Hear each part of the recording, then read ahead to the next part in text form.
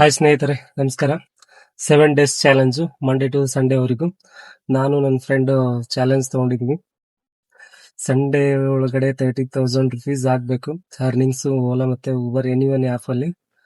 ಸೋಮವಾರದಿಂದ ಸಂಡೇವರೆಗೂ ನೋಡೋಣ ಎಷ್ಟು ಅಮೌಂಟ್ ಆಗುತ್ತೆ, ಎಷ್ಟು ಅರ್ನಿಂಗ್ಸ್ ಆಗುತ್ತೆ, ಎಷ್ಟೆಲ್ಲ ನಮಗೆ ಎಕ್ಸ್ಪೆನ್ಸ್ ಆಗುತ್ತೆ, ಫೈನಲಿ ಎಷ್ಟು ಸೇವ್ ಆಗುತ್ತೆ. ನಾವು ಚಾಲೆಂಜ್ ತೊಗೊಂಡಂಗೆ ಈ ಅಮೌಂಟ್ ರೀಚ್ ಆಗುತ್ತೋ ಆಗಲ್ವಾ, ಕಂಟಿನ್ಯೂ ಯೂಟ್ಯೂಬಲ್ಲಿ ವಿಡಿಯೋ ವಾಚ್ ಮಾಡ್ತಾ ಇರಿ.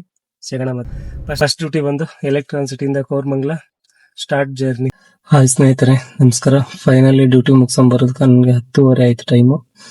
ಎಂದಿನಂತೆ ಇವತ್ತು ಡ್ಯೂಟಿ ಆಗಿರೋದು ಓಲಾದಲ್ಲಿ 3,218 ರೂಪಾಯಿ ಇದೆ.